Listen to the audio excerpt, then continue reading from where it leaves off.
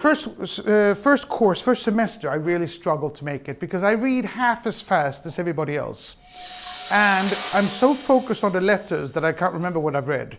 So I need to read it twice, which means everybody else reads 4 times as quick as me. I had to struggle like a crazy to make it. I did, but barely, and I figured this is not gonna work. I can't do 3 more years of this in this way. And in the first course of the second semester, we had this group work. We had a problem with the group because, of course, I hadn't been able to read everything, so I didn't really understand, and we were quarreling within the group. And we go up to the teacher. The teacher goes up to the wall and he takes a pen and paper and he scribbles an X and he does that and he does blah, and bam! I don't have to think in letters and words. I can think in pictures. And from that day, I had straight A's on almost everything for 3.5 years. And I did a semester extra at Lynn University in Florida. I did 2 MBA courses at Harvard University, international business and doing business with Pacific Rim countries. Turned out I wasn't an idiot at all, as they had said. I was dyslexic, and which is just something that some people are. But it was really, really interesting for me because I really had until that thought that I was an idiot. And maybe I'm exaggerating a bit because I know, of course, I wasn't an idiot, but I really felt that I was not as smart as the average Tom, Dick, and Harry. And after my university, I still had I almost had a feeling that I'm actually cheating because I'm not remembering all this in words, and I've got a picture of a model in my head which explained things for me, but I'm not going to tell anybody I'm cheating. And then I finished in 1992. And in 1991, we'd had a financial crisis. It was called a fastighetsbubbla, real estate bubble. I didn't know what I know today, that there are no real estate bubbles, there are no IT bubbles, there are no anything else bubbles. It's always financial bubbles within different types of sectors. It's greedy banksters who beat the shit out of hard-working entrepreneurs and people in general. But we've had one, and Sweden had gone from 1% unemployment to 10% unemployment. So there were absolutely no jobs for newly educated MBAs, and specifically not for somebody who was almost 30 years old and never had a real job. So I started a company. I went to Russia, and I had this idea. So Sweden was almost a communist country in the 70s and the 80s. Strongly socialist, and people loved Russia. They almost knew the words to the national hymn, and the big bastards going, Ronald Reagan and bar for the capitalists. And I remember the first time I came to America, I bought myself a, what do you call this, a vest that you can shoot people in, and like a police vest and a helmet. And I wondered if I would survive getting in from Newark to Manhattan. It was a complete sensation to me when I come to paradise. Nice, clean. I didn't see anybody get shot the whole summer. And then when I came to Russia, I was expecting, wow, from one paradise I'm going to get to another one that's just as good. And I come to an armpit. And I'm not talking a nice armpit like from a 15-year-old girl who shaves it. I'm talking like a lumberjack armpit who's been out working for 14 weeks with a lot of hair and shit. Russia was the worst place I had seen in my entire life. But I had this idea. 1989, when Russia collapsed, and Sweden, who loved Russia and Russian things and, and communism and stuff like that, I figured they would love to buy Russian trash. And the Russians would probably like to throw away any trash that they had and could get rid of. So I figured I'd go there, I'd buy trash for about maximum $2, and I'd take it home and I'd sell it on auctions in Sweden, because the Swedes would, this is a Gorbachev chair. This is the chair, how it looked for 5 years during whatever, Brezhnev. And so I bought, and the most successful thing was I bought something for $1, I sold for $650, which meant 1,000 products a week. I could have made a good business on that. Problem was that I had this guy, Sasha, working for me, because I didn't speak any Russian and was supposed to buy the stuff. And he came to me with fantastic stuff, like, these things that Stravinsky had, and a leather etui with a gold emblem for $2.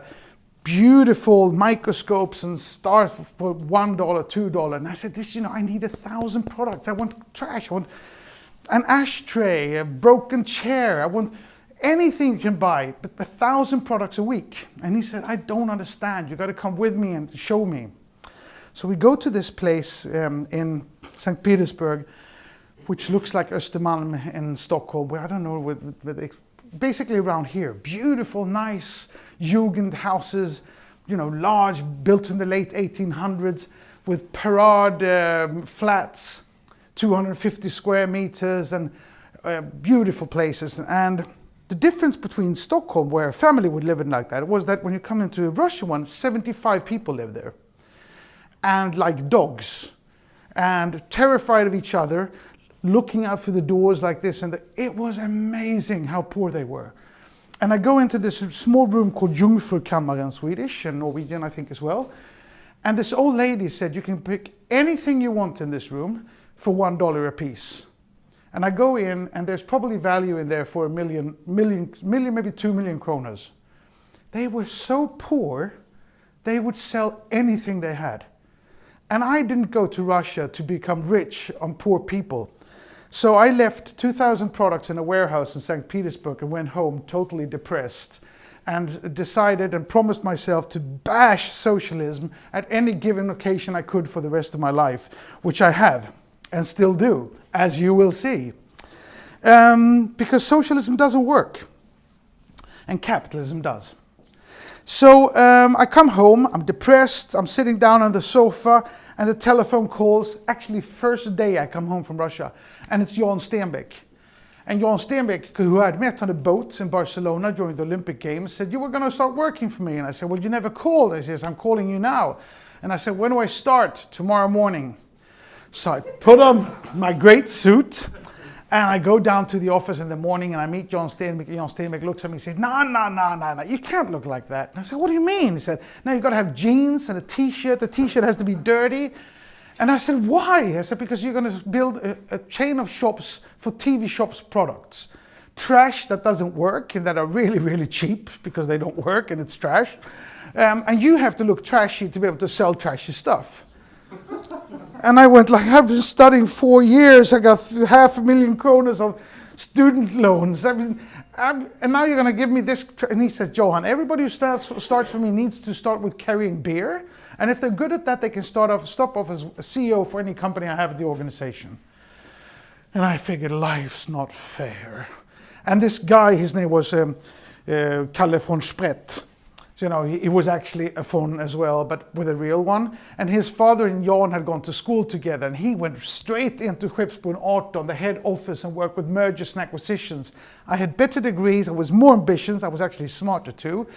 And he had a much higher salary than me. And there I was in my t-shirt and my shitty jeans. And I said, and this is also really, really, really important. I said, nobody, I'm going to beat von Spret, and nobody I'm going to work 2 hours more than everybody else. I walked first into the office in the morning, and when the last person went home, which was different people every day, I put on the clock stay for another 2 hours. Because I said, nobody is 2 hours smarter than me. So if I worked 2 hours more, I'd win. And my first thing was I was going to build this chain of shop for 3 months. I was finished in 2, and Jan was out traveling. And at the same time, I was sitting, I was sharing office space with the ZTV, which was like MTV, Music Youth Channel. And it was chaotic like crazy. They didn't know what was their target group. They didn't know what type of programs they were going to do. It was just a playground for doing television, because Jan had the license and he didn't know what to do with it, and I hadn't had time to think about it. So I did a marketing plan for it. I said, this is the target group we're going to have. This is how we're going to produce it. And I did all that when he was in. And when he came home, he says, this is great. Now you're the marketing director of ZTV. So, we had 6% penetration in Sweden. And he says, well, your goal is now to get it up to as much as you can in a year. And you have no money to do it. And I said, okay. But it was so much fun because, you know, if Madonna came in for a concert, I'd take her out to Café Opera and have champagne with her, and which was great fun. So it was a fantastic job. But I had to be really, really innovative and see how could I get people to actually sign up, because at that time it wasn't just plugging in the TV and you put on it and you had all the channels. You actually had somebody sitting behind the TV turning it, and you say, stop, a little bit back. You had to get every channel into the TV. So it was a hassle of making people actually to go through the process of getting through to the TV. So I did crazy stuff. Since we decided it was going to be a youth channel, I worked with RFSU, Redaktionen för sexuell something, whatever, and we gave out condoms. And on one side of the condom packet is said ZTV, and on the other one say, can you get it in? Because, you know, they had to get it in for the vinden. And hugely successful, spread them out to all universities and high schools in Sweden.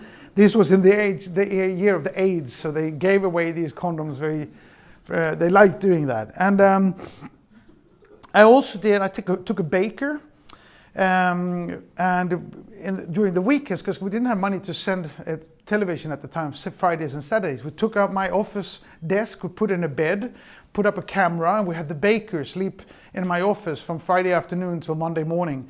And he could only leave if he to go to toilet. He would have to eat pizzas, and he could sit and watch television. And people would come home and say, have you seen the baker? What baker? He's on television. And they would sit and watch him, you know, and he was lying there, you know, sleeping and scratching, and really fun, crazy.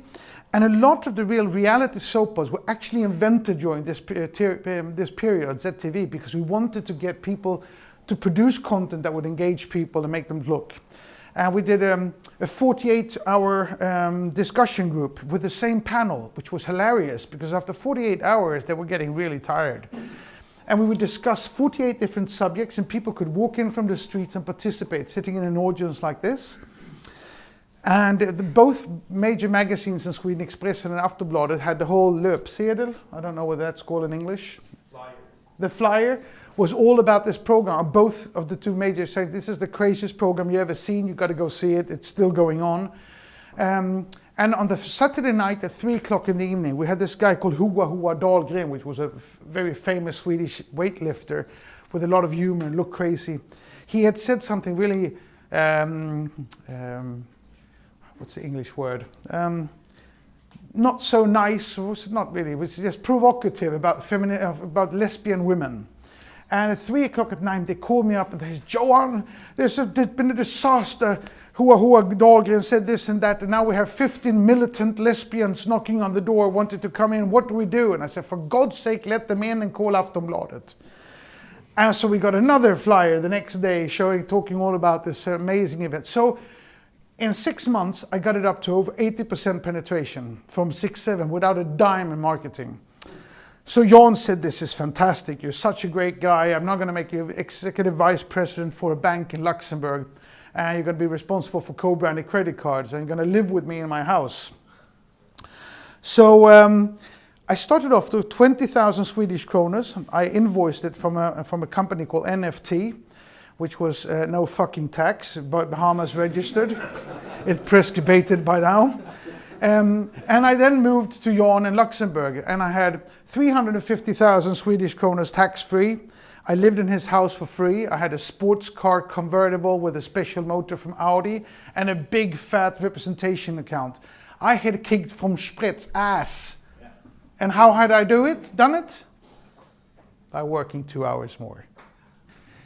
If you work harder, you win. Now, if you don't want to win, don't work hard. But if you want to win, you work harder. It's as easy as that. To be honest, many times we're not talking 2 hours. We're maybe talking like 9 or 10 or at least 5 and 7. I put that up as lesson number 2. Good? Yeah, lesson number 2. Work hard, you succeed. Nobody is 2 hours smarter than you, regardless of everything. So I had kicked ass. I felt really successful, really rich. I forgot one company in between there. Before the bank, he calls me up when I was at ZTV and he said, I want you to start a teletext production company. No, actually, he calls up and said, Johan, you're doing a great job. You're going to leave ZTV. You're going to become CEO for your first company. And I go, yeah, 9 months after university, CEO for my first company. I said, what am I going to do? He said, teletext. I go, do you know what teletext is? Yeah, the older group does. I forgot it. Yeah, it's so unsexy you can't even imagine. And he says, well, the problem is, Johan, that TV4 in Sweden, which I own 25% of, has installed teletext and they're making a shitload of money on it. And I own 100% of TV3 that doesn't have a teletext. I need you to put a teletext on it that is better than TV4. So I want you to go around Europe for 1 month and find out everything there is and then come home and build the best teletext in the world. And I said, you know, and this is lesson number 3 then. I said, Johan, I'm a technical idiot. My father has called me that since I took apart a bicycle and never got it together again. You know, I got my thumbs in the middle of my hands. I can't, this is not me. And he says, Johan, any idiot can learn anything there is in 3 months. You're not an idiot, I'll give you 1. But that was an astonishing experience for me. Because for the first time in my life, I was brought up thinking that the smartest people are the doctors and the civil engineers, and you know, mathematics is really important, and blah, blah, blah, blah, blah. And suddenly he says, after studying 4 years at university, any idiot can learn anything in 3 years. 3 months. I am 100% convinced that he is right about that. Because if you think about how much you actually need to know to be perceived as somebody who knows anything about anything, in 3 months you can easily do it. And that's enough. Because all you have to do is to make the other people think that you actually know what you're talking about. Because it's all bullshit. It's all about hard work and commitment and passion and energy and the rest of some, you know, I'll get back to the smart people, but for the time being, that was a big aha. So I traveled around Europe for 1 month. Literally, 1 month sitting in hotel rooms, zapping text TV on hundreds of television channels. And I go back to Johan, I said, Johan, I got good news and bad news. Well, give me the bad news first. Bad news is TV4 has got the best teletext in the world. And there is no way that we, with the satellite television channel, which TV3 was broadcasting from London, can make a teletext that's better than the one that they have here. And he said, that's really crap. So tell me the good news. And I said, well, instead of stealing from the large world to teeny weeny itsy witsy Sweden, let's steal from teeny weeny itsy Sweden and spread it out to this large world. And he said, you really think you can do that? I said, give me 1 month. So, long story short, I do the first contract with Telecinco in Madrid, which was then the second largest television channel in Spain. Made it quickly the largest teletext production company in Spain because of the teletext. In 6 months, I started teletext production in Norway, Denmark, Sweden, Holland, England, Italy, Germany, and Spain. Built the largest teletext production company in the world and made 5 million euro profits a year for 10 years, although I was only there for the first year myself. And there was something really interesting there in that process, because of what I learned there was that Sweden had fantastic engineers, really, really good on technology, but fucking no ambition. No interest of going abroad, of internationalizing, of spreading this. They were so fat and happy with making teeny weeny bits of money for TV4. Actually, they probably made quite a couple of million Swedish kroners, but you know, not at all what they could have done if they would have gone international. And so Johan then calls me up, gives me this job in Luxembourg. I become what I thought was really rich and really successful. So Johan and I had been out drinking whiskey a night. We're standing in our underpants in the kitchen, 4 o'clock in the morning. And I say to Johan, I say, Johan, how much money do you need to be rich? You know, I wanted him to tap me on my shoulder and say, Johan, you're rich as hell, you know, because I felt so. And he said, wow, 50 million? That was such a shock to me. I almost fell to the floor. I said, 50 million? Yeah, $50 million. I thought he was talking Swedish kroners. I said, $50 million? What the hell do you want that for? He said, well, you know, you need an apartment in New York, one in Paris, summer house in Saint-Tropez, something in the Alps for skiing, maybe a farm or 2, cars, jewelry on your wife, paintings on the wall, your kids in the right school. It goes fast. I was kind of, you know, like, So in Sweden there's a saying, when you talk to the peasants, you have to talk like a peasant. So, you know, I said to Johan, but Johan, fuck, I want to become rich. How can I ever get $50 million? Then he taps me on my shoulder. He says, Johan, stay with me for 10 years. I'll give you $50 million. That was a great time to resign, wasn't it? So 2 weeks after, I didn't have the balls to do it right then. I had to think about it first. But 2 weeks after I resigned, because I figured, it's not like he's a charity guy. He's not going to give me $10 million or $50 million because he likes me. It means I'm going to bring in $250 million to Kinnevik at least. And if he thinks I'm so good that I can bring in $250 million, I don't need to work for anyone.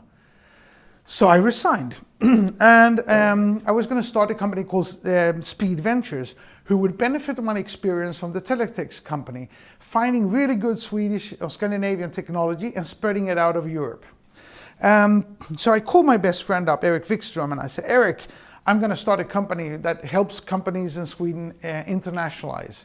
And he said, I'm just going to jump off Kinnevik and start a company doing web pages for companies. If you internationalize my company, I'll make you equal partner. And that was a company called Icon Medialab. And I said to myself, I needed to make more than $50 million in 5 years. I didn't need $50 million. I'd never had that as an ambition in my life before. But because John had said I could get it from him in 10, I needed to do it for myself in 5. It was just a competition against the promise that John had given me. So I went out in our first press release and I said, we were 4 people, we had no money, we had no customers, we had nothing. And I said, we're going to become the largest internet consultancy company in the world. And I'm going to make more than $50 million in 5 years, just to put some pressure on myself. And of course, people laughed at me. And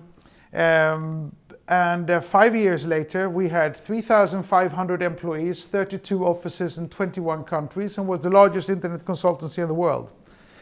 On the way, in 1998, I also started the first sharing economy company in the world called letsbuyit.com. Letsbuyit.com, sorry? What did you call it?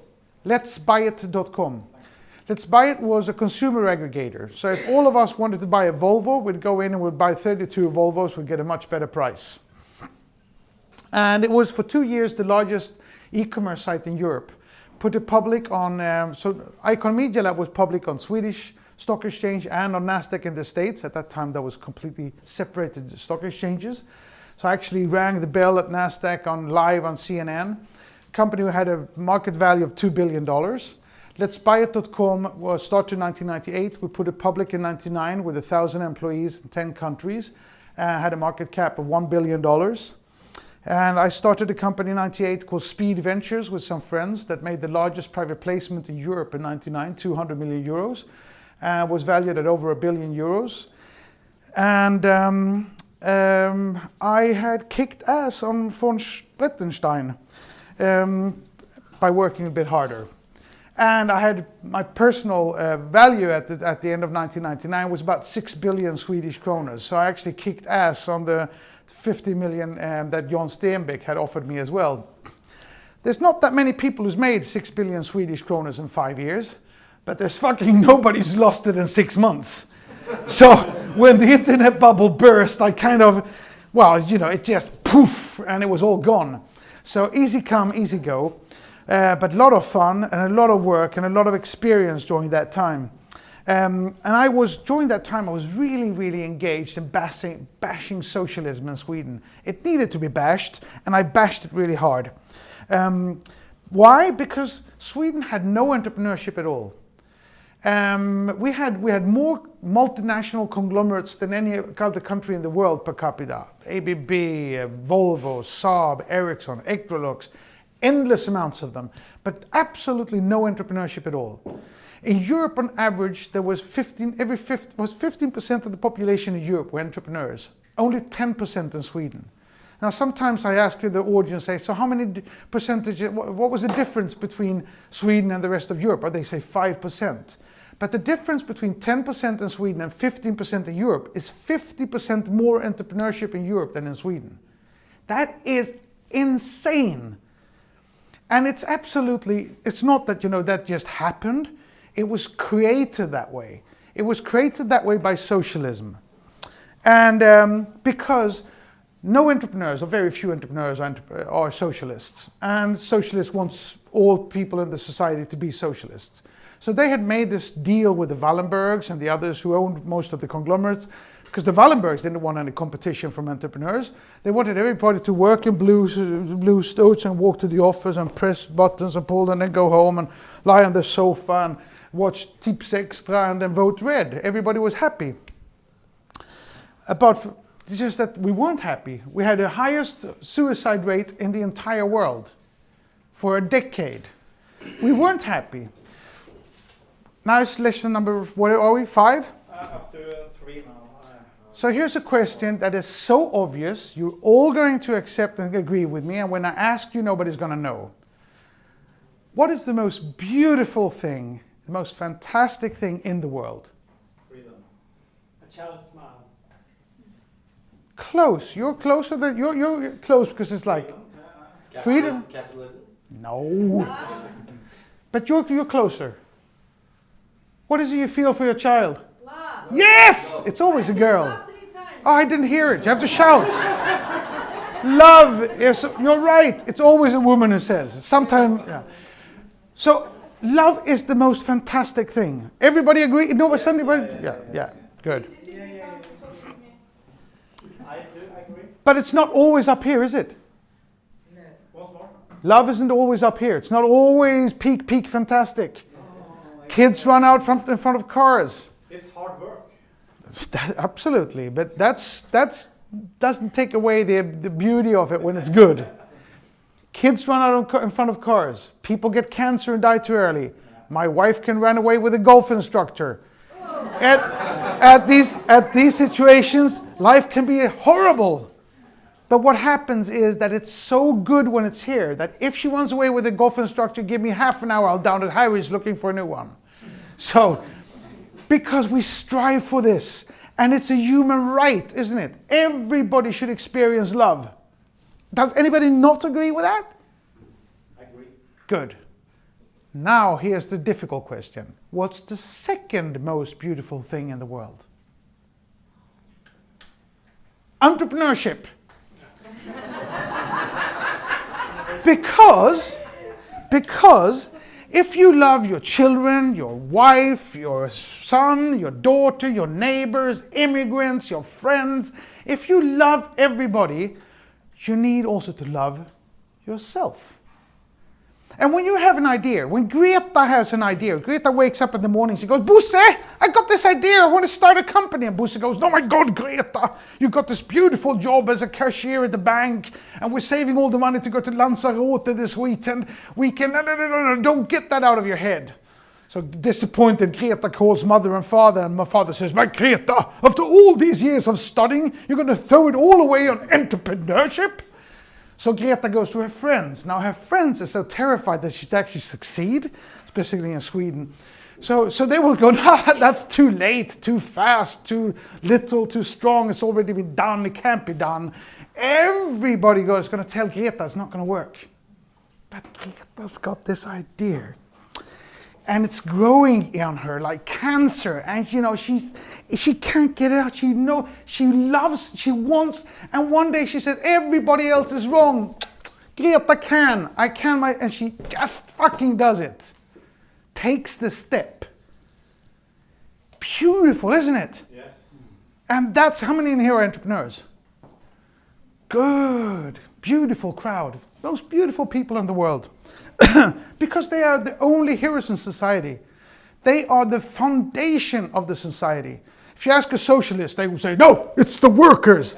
I work for the Landstinget. Do you have a Landsting in Norway? Yeah. Like a hospital that's owned by the government. So they'll say, yes, but who's paid for that? Well, tax money. For whose money? For the entrepreneurs' money. Or the people working for the entrepreneurs. The first entrepreneur, for thousands of years we lived in caves, and we pulled our women home like this, and we clubbed each other with big wooden sticks and ate like animals. And then one day this guy said, I've had enough of this collective shit. I'm going to go out, and I'm going to become a farmer, and I'm going to grow my stuff, and for all the excess that I grow, I'm going to change it and I'm going to employ people, and from that day, 2,000 years, we go to the moon, and so we're on our way to Mars. Entrepreneurship is the essence, the only thing that pushes us forward, that solves all problems, that will continue to solve all problems, and I'll get back to that too, which is fantastic. So, Greta is now determined she's going to start a company. Let me see where I am. It's so long time ago since I did this. I'm going to do a pause. I'm going to show you how entrepreneurship works. An entrepreneur is a typical left brain type of a right brain type of a person. Really, she's optimistic, positive, creative, happy. It says yes to life. Actually, I'm not used to working such a small thing, so I got to do this smaller. So it's a really happy person with a small brain, because not always it's true. It's not always the smartest cookie in the street, but always happy, optimistic, positive, creative, big smile, says yes to life. And on the other side, you have the really smart person with a big brain, analytic, smart, high IQ, says no to everything because they know everything's it's not gonna work. So, and I hate working on such a small thing. Greta says, all I need is this much money, and weeps, it's going to go this good. I've seen 4,000 business plans presented to me. They always look like this. I have never, ever yet seen a company that has that development. They always look like this. And the only time you'll ever need pi in your life is that 3 times 4, 3.14 times as long as you thought, and 3.14 times as much money as you thought you'd need. That's the only time you'll ever need pi. And that's how it always is. Because this is how it goes. Yoo-hoo! We got our first customer! Shit, they didn't pay. Yoo-hoo! We got our second customer! Bloody deliver, just don't deliver. Yoo-hoo! We got a fuck, the machine just broke it. Every shit that can happen to an entrepreneur will happen to an entrepreneur. What did I tell you? It's not going to work. Yes, this time she didn't pay, but the next one will. And that's how it works. I take my freedom to... And it goes on like that forever. So when Ericsson's fabrik in Kista burns down, what they do is they just move it to the factory in Taiwan. But we don't fucking have a fabric in Taiwan, do we? When our factory burns down, it bloody well burns down. And then you need to be incredibly optimistic. And well, I'll build a new one. It's not going to happen again now, is it? How likely is that? Problem is, how does this guy get the money in the first? Ingvar Kamprad does. Ingvar Kamprad. You know who Ingvar Kamprad is? Yeah. He gives the money here. Now, why the hell does Ingvar Kamprad do that when he knows how difficult it is and how much these knows the money? Because he knows they're probably never going to make it. It's so difficult that if I give it to him, at least I'm going to have my money left. If I give it this, it's gone. So, but we're in a big problem because without the money, we can't build our companies. So remember what I said before, if you talk to a peasant, you need to work like a peasant. So what you need is a really good business plan. You need a really good marketing plan. You need a really good finance plan. And a really good PR plan. And a really good HR plan. And a really good blah, blah, blah plan. And then, when you have all these plans, this is what happens. This guy goes check, check, because what they really love, they love Excel. How do you spell Excel? E-X-L-L. C, whatever. So he goes check, check, check, check, check, check, and now he's getting a little bit happy, little bit happy. And he says, okay, now here comes the biggest, most difficult question. What EBITDA are you going to have year 5? Then as an entrepreneur, you've got to be really cool, say 17.3. And he goes, yeah, here, get the money, and you can finally build your company. Now, is it going to make 17.5 5 years down the road? We all know that's not going to happen. Because the only thing we do know is that nothing of this is going to be right. Doesn't mean it's not important to do. Alvin Toffler, I think it is, said, plans are nothing, planning is everything. These plans need to be redone all the time and adjusted to the experience that you learn in the way. It is an important process because they are right. Because if we give all the money to this person here, she's going to blow everything on the first marketing plan. No human being can live with just one half of the brain. We need both sides. As individuals, as groups, always. So the boring person is right. The funny person is right too, but in another way. And this is really, really interesting. The thing is, when it comes to being smart, the smartest, but when I lecture at technical universities, I talk with a very broad accent, like this peasant that I am from a small farm in the middle of nowhere in the south of Sweden.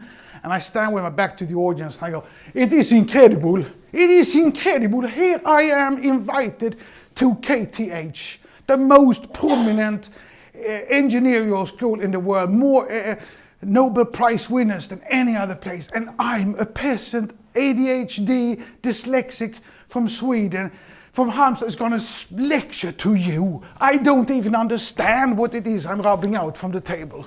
And they all sit there and I say, see, how many in here think it's impossible to have a high IQ and be smart? Half of them put up their hand. I said, come on, you're at the best school in the world. And they all put up their hands. And I say, you're all fucking wrong. It means absolutely nothing. I'll tell you why. You're all going to wind up working for guys like me. And it's true.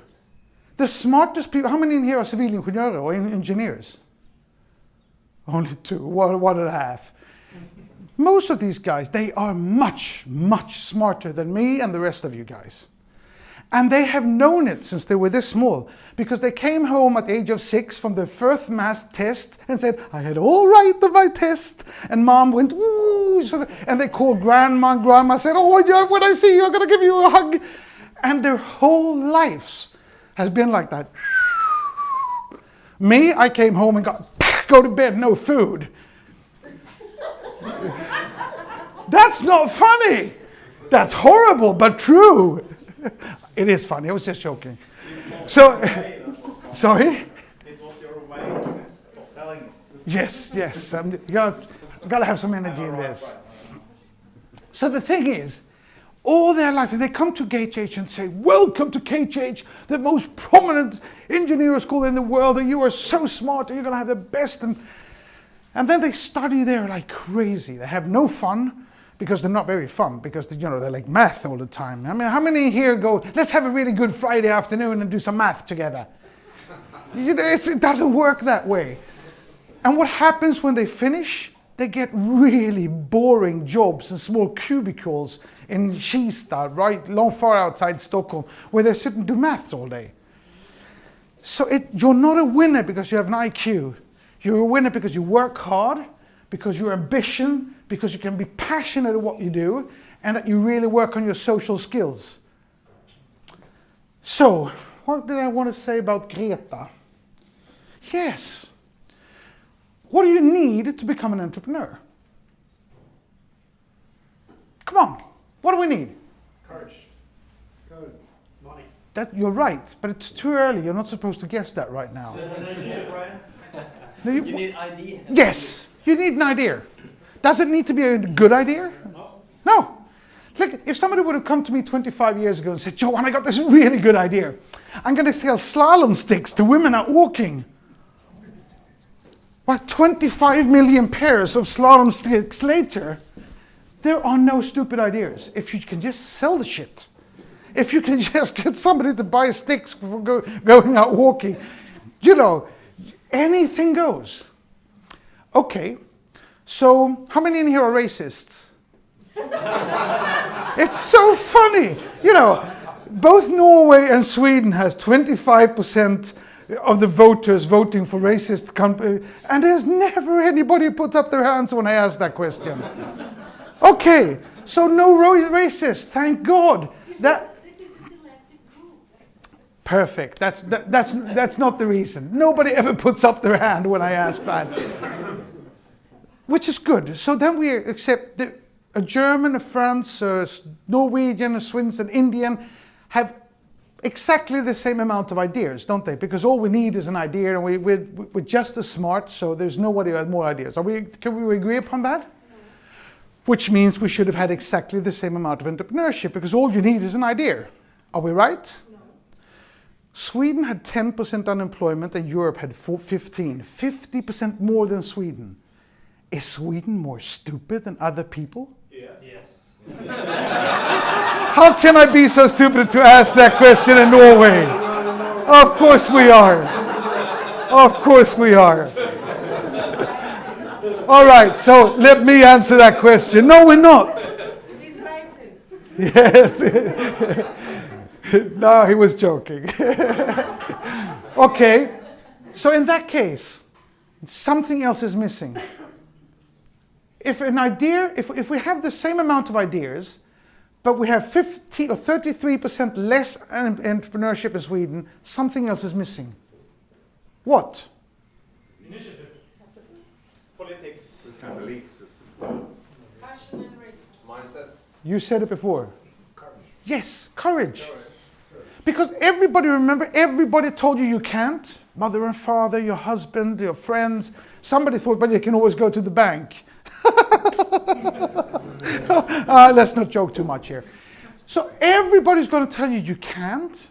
Then you need the courage to actually take the step and do it. Greta needs cojones. Okay, well that makes it easy then. That means Swedes are cowards. Genetically born as cowards? No, exactly. Well done. Thank you, Norway. We wouldn't have been rowing around the world together with Norwegian Vikings if we were cowards. So what's happened with our guts? Maybe it's the culture. It's been stolen by us by socialism. By the fucking välfärdssystem, which I don't know. What is välfärdssystem in English? Welfare system. By the taking care of, don't believe in yourself, just work and be obedient and do what you're told. And they stole our courage. The Jantelaw is part of it. That's a socialistic PR theme. They stole it from us and deprived of us the second most beautiful thing in life. The ability and the experience to take personal responsibility for your own financial needs. The ability to go for your dreams and do what you really want. I hate them for that. I went 3.5 years at an MBA educational program in Sweden without ever once hearing the word entrepreneur. It did not exist in the Swedish society. And Johan Staël changed that. He crushed the radio monopoly, the TV monopoly, the media monopoly, the telecommunication monopoly. He killed state-owned monopoly after monopoly after monopoly and just preached entrepreneurship. And I love him for that. And I took on that vow to continue to fight against socialism and spread the evangelism of entrepreneurship, of individual freedom, of the ability to experience the second most beautiful thing in life. So the IT bubble burst in my face. I go skiing for 2 years, as one do. And then I went back to Sweden, and Sweden had gone, because the end of the 90s was fantastic in Sweden. With companies like Icon Medialab, my own company, Speed Ventures, Spray, which was another successful internet company, Framtidsfabriken, with a number of success, people started dreaming again. Do you remember Altitude? Altitude, of course. I worked there. Oh, Altitude was, it went from zilch to $1 billion in 2 years. I had options. Congratulations. No, because you didn't get out. Yes, I had 300,000 Swedish crowns. So Yeah. it was a fun ride. I have a friend, but that's another story. But these success cases started changing the mentality of the Swedes. Then when the internet bubble burst, the socialistic government went out and said, what did we tell you? Entrepreneurship is just crap. You're just going to lose your money. It's all going to be horrible. Go back to your big jobs in ABB and the mines. And, and they put this wet dog dog blanket over entrepreneurship and killed it again. And I came back in 2004 and I looked at the society and I said, for God's sake, it was not an IT bubble. It was a financial bubble within the IT sector. Look at what's happening in Silicon Valley. Look at what's happening in Norway. You bounced back twice as fast as Sweden did. But because you didn't have the politicians saying that, entrepreneurship was bad, look at how it went. So I started an incubator again called MyCube. And first I'm going to do a little bit, I'm going to show you what I did when I started Icon Medialab. So we started Icon Medialab in the spring of 1996. And at the same time, America had 3% of the population were on the net. Sweden had 5%, so we were slightly more. But it was non-existent. And the Swedish communication minister said that internet is just a fly. It's just, it's going to come and go. And I said, no, I think the internet's actually going to go from 3% to 95%. It's going to go from .com to .mom. And .mom was when my mother was on the net. I said, when my mother is not a big consumer, but when she's on the net, she's going to be the last one in. And when everybody is there, including my mom, it's going to be a highly strategic product for every company in the entire world. And I said, okay, so if the goal is to get my mother on it, what needs to happen then? And I said, well, at the time, all we had was communication. And I said, information. And I said, well, we'll be able to get answers as well, so it will be communication. And then I said, well, once we've added communication, we'll add transaction. And then I said, once we've added transaction, we will probably do integration. We'll integrate into the existing business plans and business systems and processes in order to be able to create more interactive deals, like going into your bank and actually paying your bills. And I call this, and I said, so the next stage there will be participation. Participation. And participation, sorry, it was so long since I did this. Integration would be, we would actually participate, never mind, I'll get it right eventually. We said we will participate in the value creation by going into the bank, paying our bills ourselves, actually cutting away one of the people working at the bank doing this. Traditionally, we would stand in a line waiting to have this done for us. We would participate and do this work ourselves, but we would still perceive it as a better service than having to stay waiting in a line to get there. And then we said the next one was when everybody is participating in value creation, it means everybody is going to compete with everybody and everything. So let's say that you're Goodyear, and we call that Star. So now I remember, that's participation. Sorry. That's participation. And then we said, we put one star and we said, that was integrated, that was participation. Then we said Star Wars. So we said value creation was when everybody participated in the value creation. So you try to own your customers from cradle to grave. We would make sure that a car company would build a small car for the teenager, larger for the family, a big sub, and then eventually a small car for the retired people. And we said when everybody is participating in this, everybody will compete with everybody. So if Goodyear works with Ford, and Ford and Avis is renting out Fords, it means that Avis is actually a competitor of Michelin tires. Everybody will compete with everybody. We call that Star Wars. Wars. And then we said, at that time, individuals will be totally crashed in the middle because everybody will try to own us. And I said, if everybody owns us because they want to be able to force us to be within their value star, we're going to lose our integrity.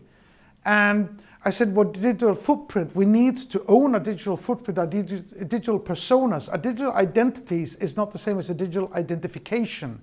It's actually the identity, who we actually are. And if it's owned by these companies, we'll be enslaved. But eventually, we'll actually pull out and we'll make sure that these stars work to our benefit and nothing else. And I call that me star. And then I said, eventually, we'll be able to have a lot of different situations like this, where we will all run our different stars that we are interacting with in different ways, and we'll do we star. We star will be that I will use my discount on Volvo and give it to you for your discount at SAS. And we'll force these stars to work on our premises, because the man, the human, the individual is the important thing in this system, and not the technology. This I did in 1996, which is really interesting because at the time we just had information. So when Google came out in 1998 and said, make no evil, they had already started at this part. I call it the most evil company in the history of mankind. In 2002, I invested in a company called A Small World, which was one of the very first social media companies that was successful, because I believed this would be the foundation of a platform which would own and control ourselves. Then Facebook came along in 2004, and I said, this is going to become the most valuable company in the history of mankind, because they own our souls, our digital souls. And this is now the most evil company in the world, even eviler than Google. I have a tweet from 2009 where I said it's just a matter of time before Google and Facebook determines the outcome of a political election. So I was a fanatic driver against privacy on the net, and I'll get back to that if I have the time. We take the time. So I said that, well, the internet, in order for this to work, technology, obviously, it's a lot about technology. The technology needs to work. But we don't want engineers to decide what's going to be done, because they will do things, nobody's done this one before. Yeah, but why? I don't know. So we needed behavioral scientists who would say, where's the problem? What is it you really need? And then we'd go to the engineer and say, can you actually solve this problem? And then we would need creative people to say, well, how can we educate people to make them understand how it will work? How can we make it funny and intuitive? And then we needed management consultants who would say, how does this play in the overall strategy of the organizations and their overall looking goals? And how can we implement this structure to support that? And then we needed, we call it HCI, which is human computer interaction, and we needed project leaders. Because these people, you know, the engineers, they go like this, and they don't want to look people in the eye and just send the emails to each other. And the behavioral scientists, you know, they would stand and talk to themselves in a corner and attempting to make commit suicide. And the creative people would be dressed in black and throwing themselves like a crazy Liv Ullmann in the process. And the management consultant would be extremely boring with the tie, so type of, you know, like never had any fun. When we were climbing trees, they would do math with their father. So all of these people are crazy, like we all are, like we all should be. And we are worthless if we're alone, but fantastic when we're together. So we needed somebody who would actually run and conduct how such a meeting with these weirdos would work. What problem is it we want to solve? Can it be solved? Can we make it intuitive to the other? And can we make money on it? And that was an integration model, a mångfald, what do you call mångfald again? What is mångfald in English? Förstår ni inte på norska heller? Diversity. It's a diversity model. The more we mix, the better it is. The more we integrate, the better it is. What does New York, London, and Singapore have in common, apart from being the three most richest cities in the world? Melting pots. They're the most cultural integrated countries in the world, cities in the world. All religions, all races, all ages. The more you mix, thank you, sir. The more you mix, the better it is, the more successful it becomes. And it's fundamentally like that. So we built the cube, and because of that, I love this integration model. I've called all my companies cubes after that. So in 2004, I started iCube. MyCube was an incubator done just to piss off the socialists in Sweden. Because before that, all incubators in Sweden had been based and locked to go towards the universities. And they were state-run. And they would have telecommunication at Telefonplan close to Ericsson. They would have IT in Kista. They would have biochemistry and medtech in Karolinska. And they would have something at the business at the business university. And they would never speak. And of course, so far away from the city center where the finance was that they would never meet the finance guys. So I put my MyCube smack in the city center of Stockholm, right where all the businessmen, the finance, the politicians, the creative people, the art directors were. And I combined all of these different types of entrepreneurs from different types of industries, because the fundamental of entrepreneurship is not the technology as such. If all of us are entrepreneurs within telecommunication, we're going to recruit the same people. We probably have the same education and background, so our networks are identical. We're going to recruit the same people. We're going to sell to the same telecommunication operators. We're going to raise money from the same venture capitalists. How much are we going to help each other? We're going to sit like this, you know. We're going to... Instead, if we're all from different types of areas of the city with all different types of backgrounds and interests, our networks combined is huge. And there is no competition because we all need to survive, so we can all help each other instead. And suddenly what happens then is that, what was I going to say about that? Yeah, I'll drink some while I think.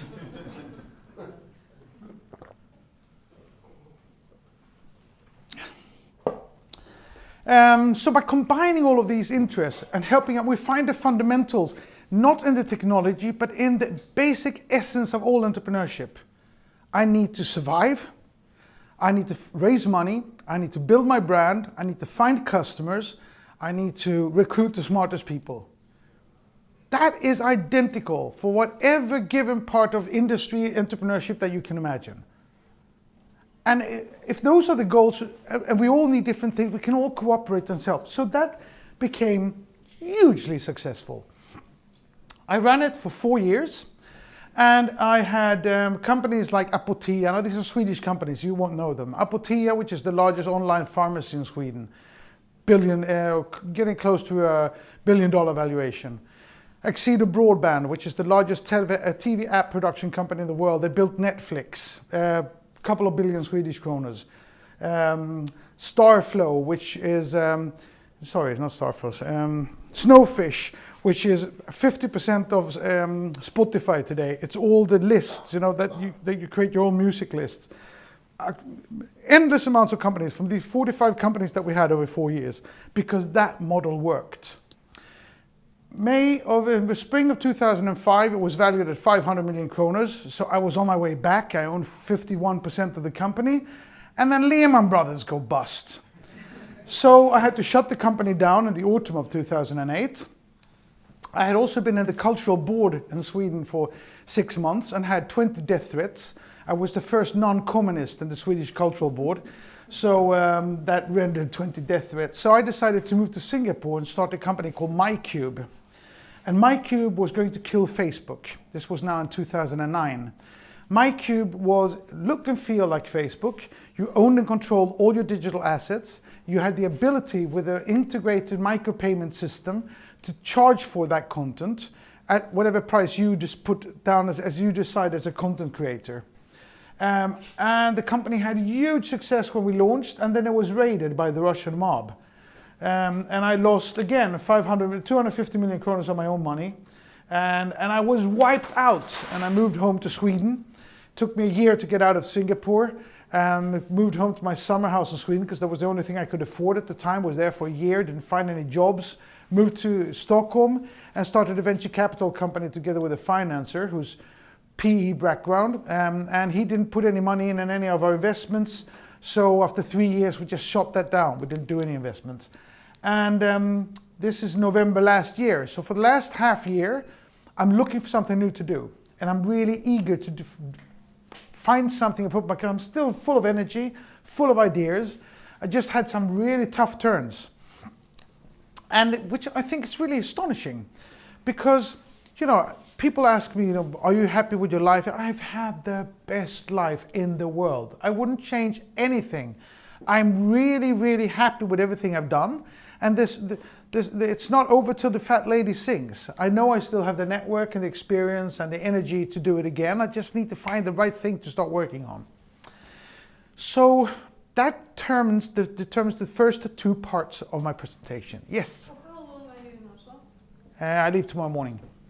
How long can you stay? I can move here. So it's this far from Stockholm. I can be here anytime. So We have a thing. good. Let's talk about it. So that's the first two parts. Where I'm from. Why do I tell this part about my weaknesses? Because I don't care about them. I think that the weaknesses I have has given me the strengths that I have, and I'm proud of my strengths, so I need to accept my weaknesses. But most importantly, I want to inspire people that if I can do it, anyone can. Yes. Absolutely anyone can do whatever they want. The world can be changed. Yes. That's important to me. The second one is I want to talk about entrepreneurship, how fantastic it is and what ability it gives you. And I want to inspire people to one time in your life you should try. And even if you fail, so what? It's not the end of the world. Because it's the second most beautiful thing in the world to experience. You know, when you, after 1 year, you wave away goodbye to your employees over Christmas. Hi, goodbye, have a nice time in Thailand. I'll do inventories over Christmas.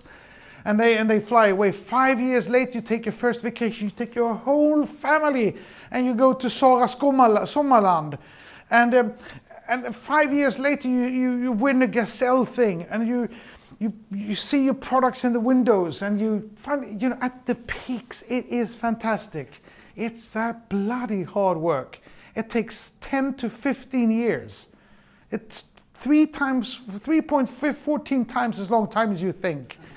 And every shit that can happen is going to happen. But at the moments of success, it is marvelous. And you need to experience that in your life. So the next part is what's going to happen now? Where are we?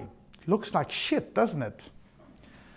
Well, I mean, anti-globalization, anti-EU, racism, political polarization, right and left. It all looks like shit. And then you have Google out there saying, oh, singularity.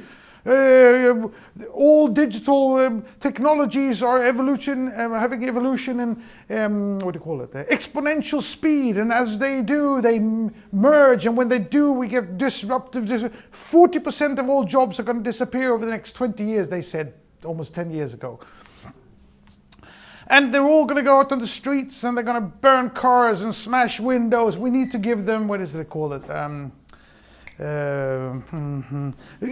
Basic income, something. Global basic income. Yeah. Bullshit! It's fantastic.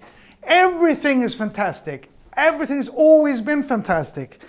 The thing is that people negative, specifically the really smart ones.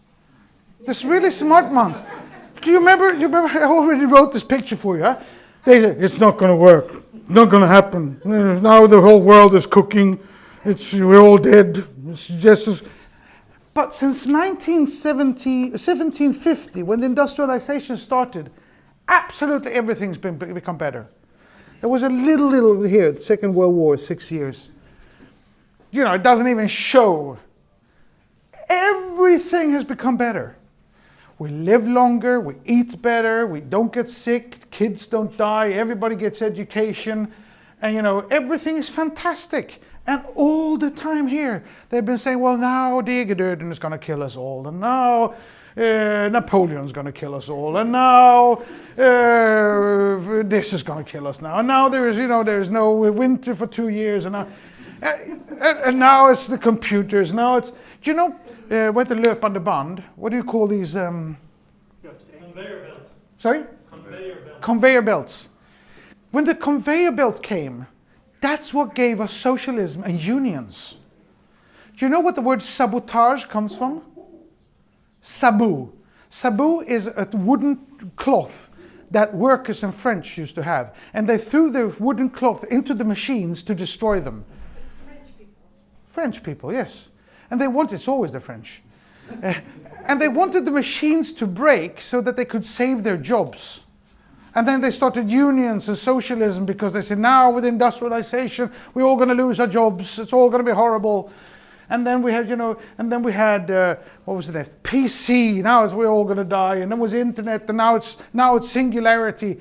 But you know what? Statistically, I am right, and they are wrong.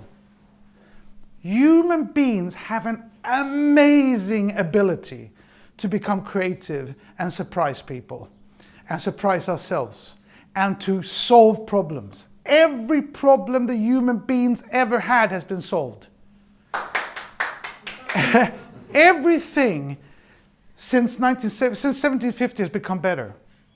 Now, I remember in the 70s, they said, well, first of all, we're all going to die because of nuclear power. Not to mention how much we were going to die over nuclear wars that we were going to have. And then all the forest in Germany was sick and dying. There would be no trees in Germany. Have you gone through the jungle of Germany lately? Then we had the ozone layer. We were all going to burn. It was all going to burn. All going to burn. There is no ozone problem anymore. We solve everything. Well, I'm not talking inside environment or environment work spaces. I'm talking about the environment outside. It's the only one detail that's worse since 1750. I think he's completely wrong in that. I think it's absolutely man-made and that we have a huge problem with it. But we will solve it. I think Greta Thunberg, the Swedish 15-year-old who's at every cover of every newspaper there is in the world right now, she's completely wrong. In the fact that she said we shouldn't fly anymore.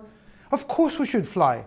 The more money Norwegian and SAS does, the more money they have to actually pay for the development that Boeing and Airbus needs to do in order to be able to create planes that will actually make a difference in the future. If we do not progress, we're dead. Because we're 20 million people in Northern Europe. It's a piss in the bucket compared to 1.3 billion Chinese, 1.3 billion Indians, 1.3 billions rest of the Asia, and then another billion in Africa, and almost a billion in South America.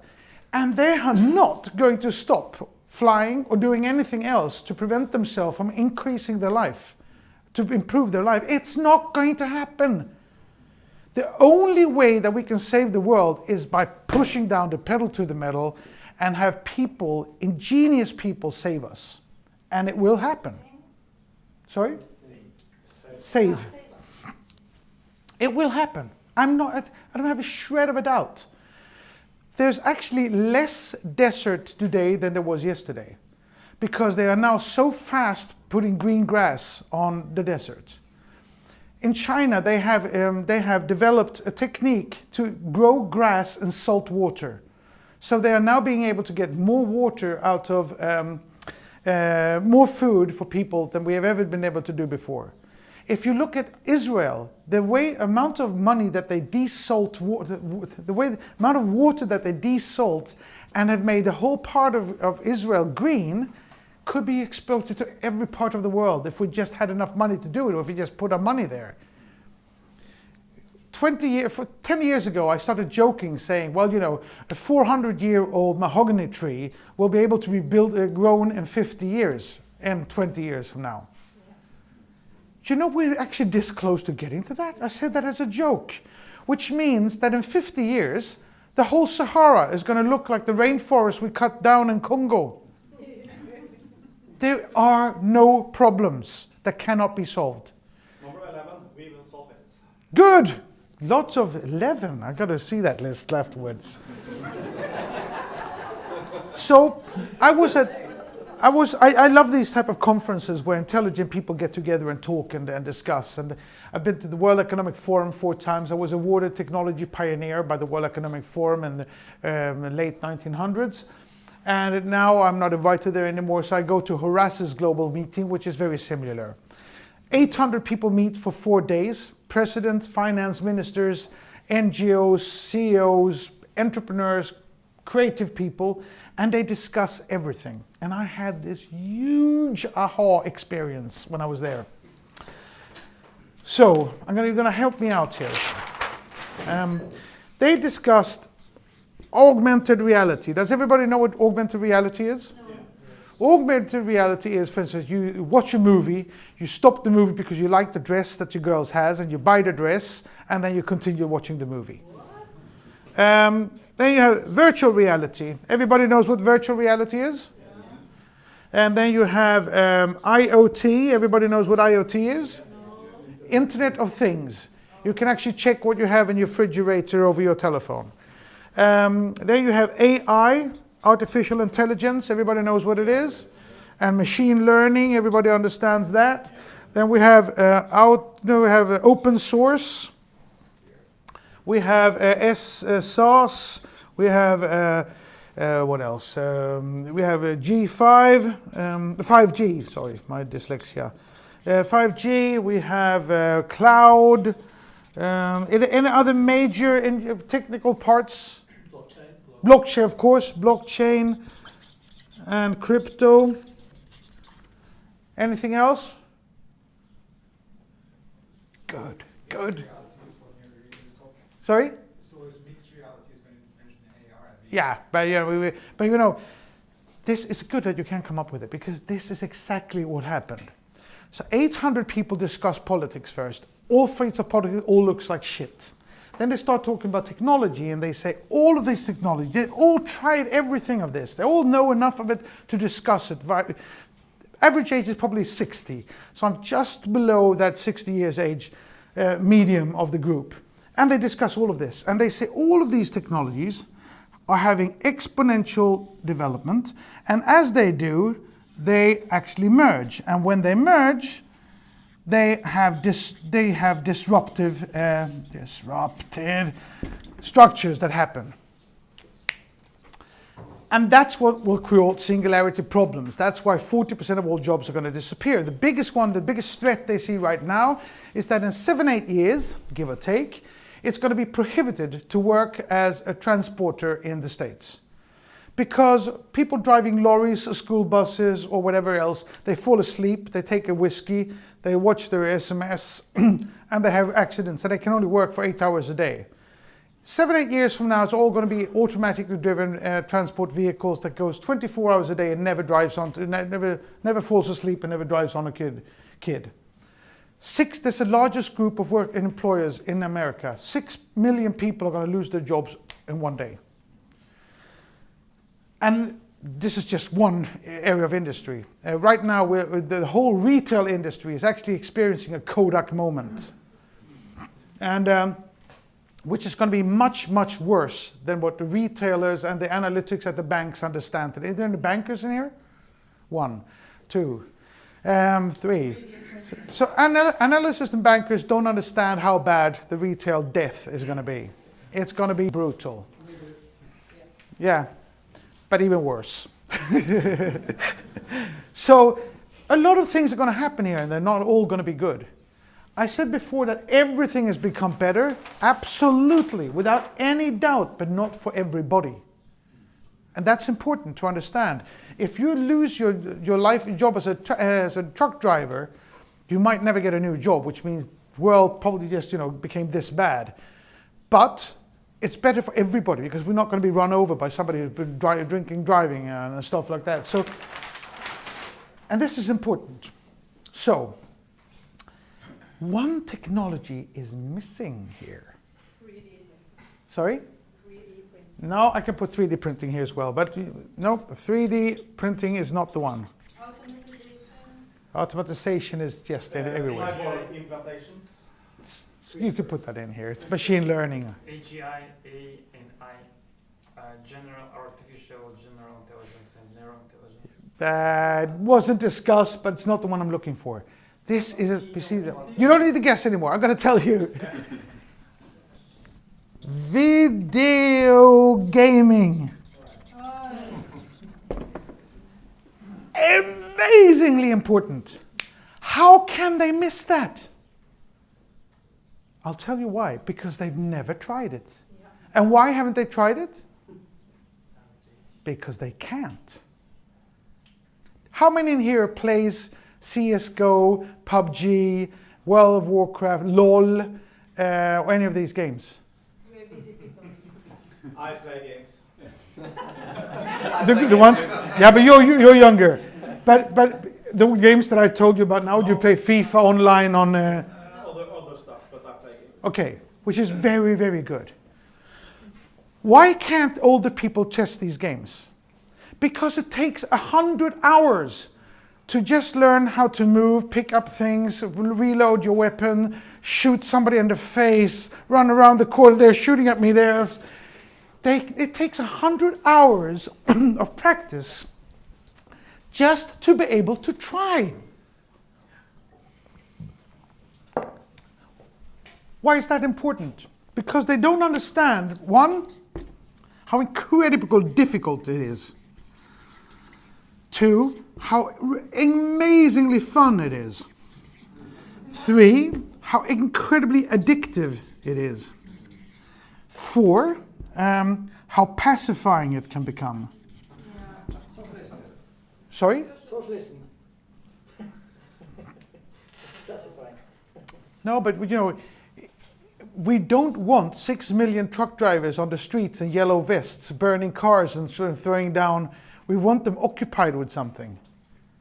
So, and if they're having fun, and then 5, here's the most important one, you can make money.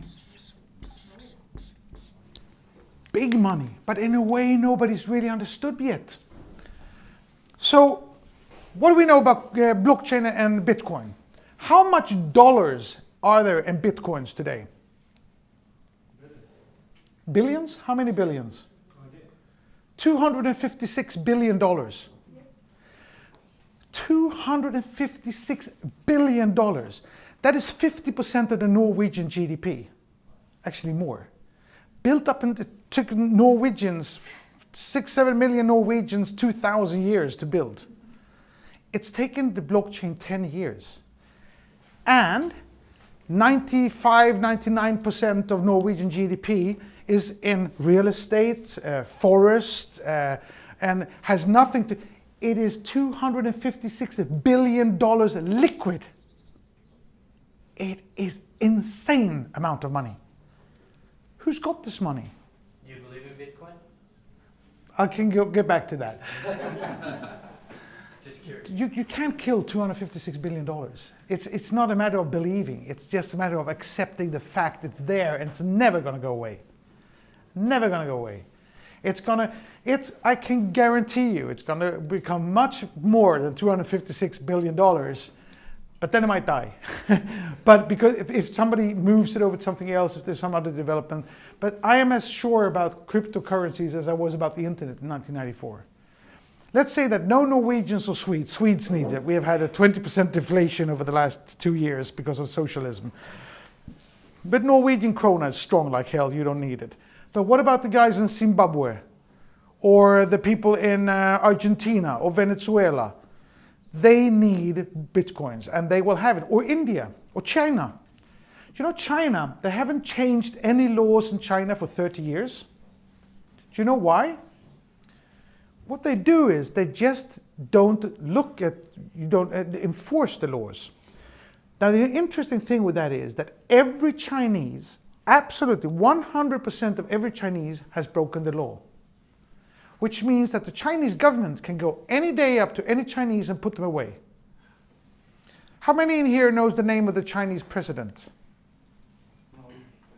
1, 2. Cheat. So 3, 4 people. Of the biggest country in the world. How many here can name the name of one Chinese athlete, movie star, pop singer, businessman? I have one back there who is incredibly smart. But 99% of the population in the world has no clue. Which means that, we know Jack Ma of Alibaba, we know the other Ma of Tencent, But that's basically all other businessmen. They just suddenly disappear. A lot of them just disappear. And nobody understands, nobody knows. We don't read about it because nobody knows about China. Do they need bitcoins? Sorry? Absolutely. But back to the $256 billion. Who's got this money? Where are they? Who's got $256 billion? Well, ultra-libertarians.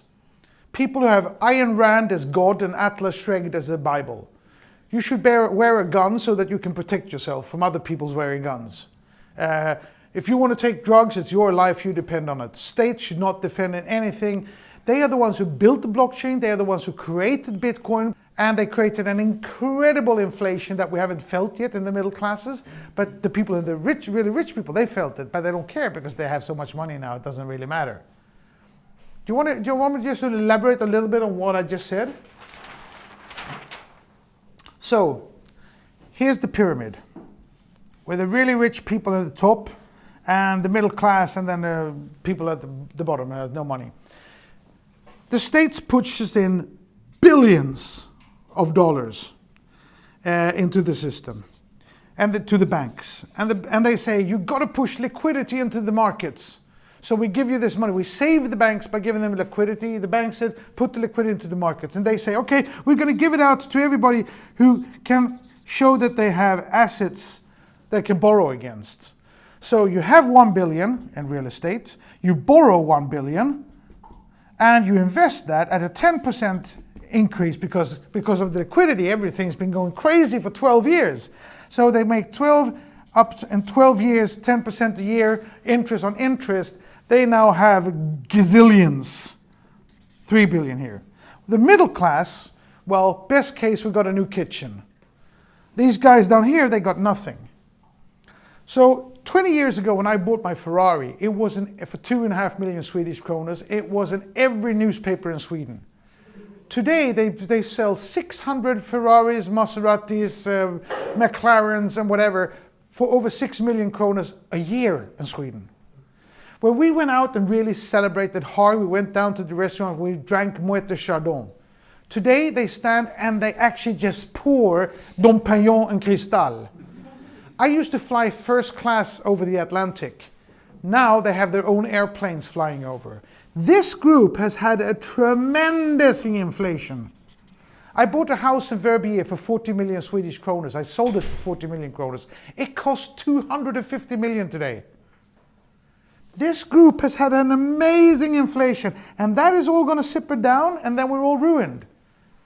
And the libertarians know this.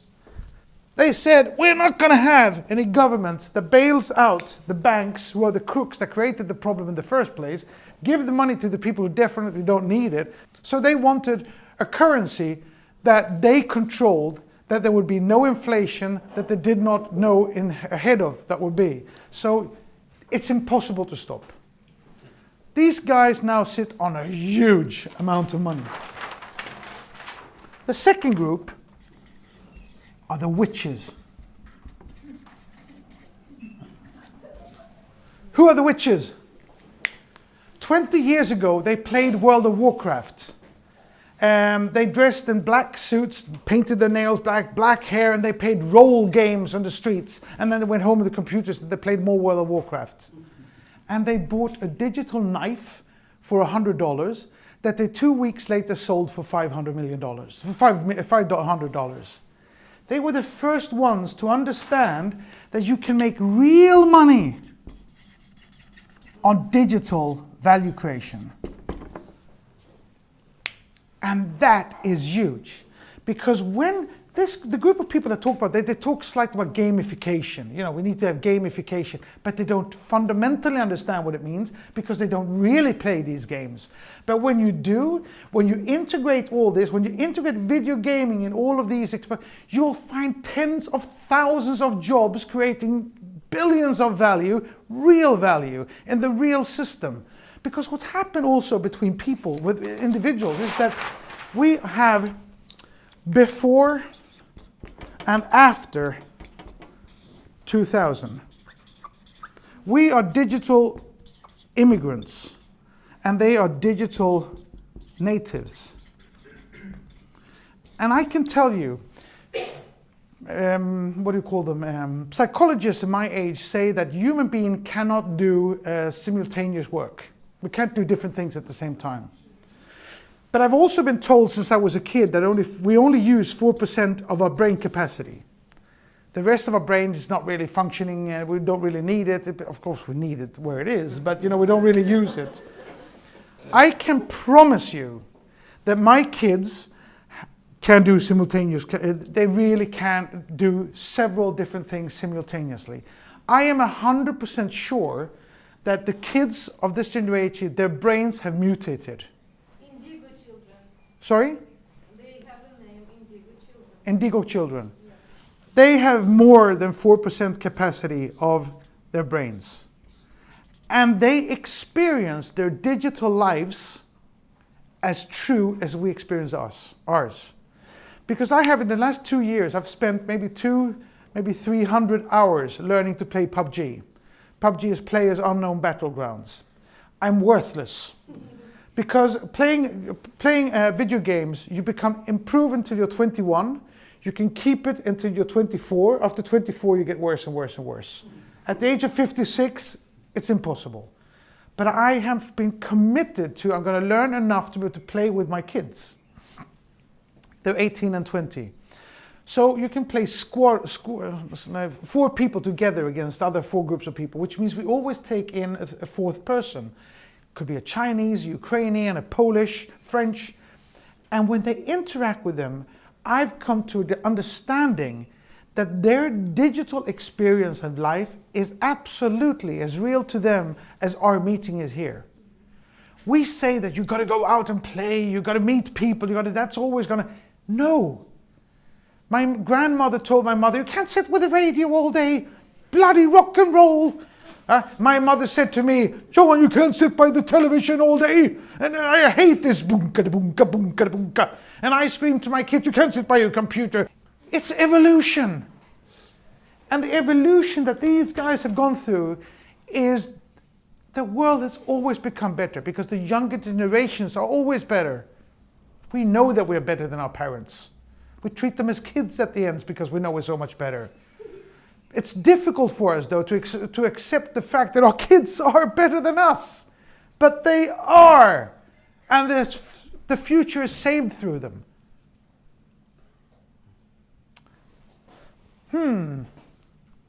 I think that's all I have to say.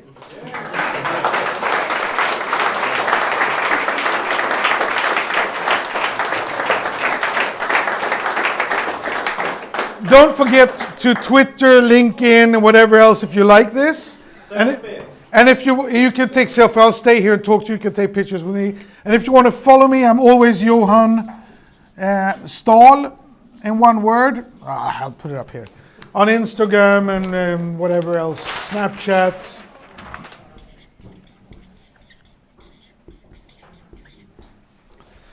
And feel free to talk to me now. I'll be here for a while. Flowers. Thank you. Thank you for coming. Thank you very much. Thanks. Thank you. Tack. Tack.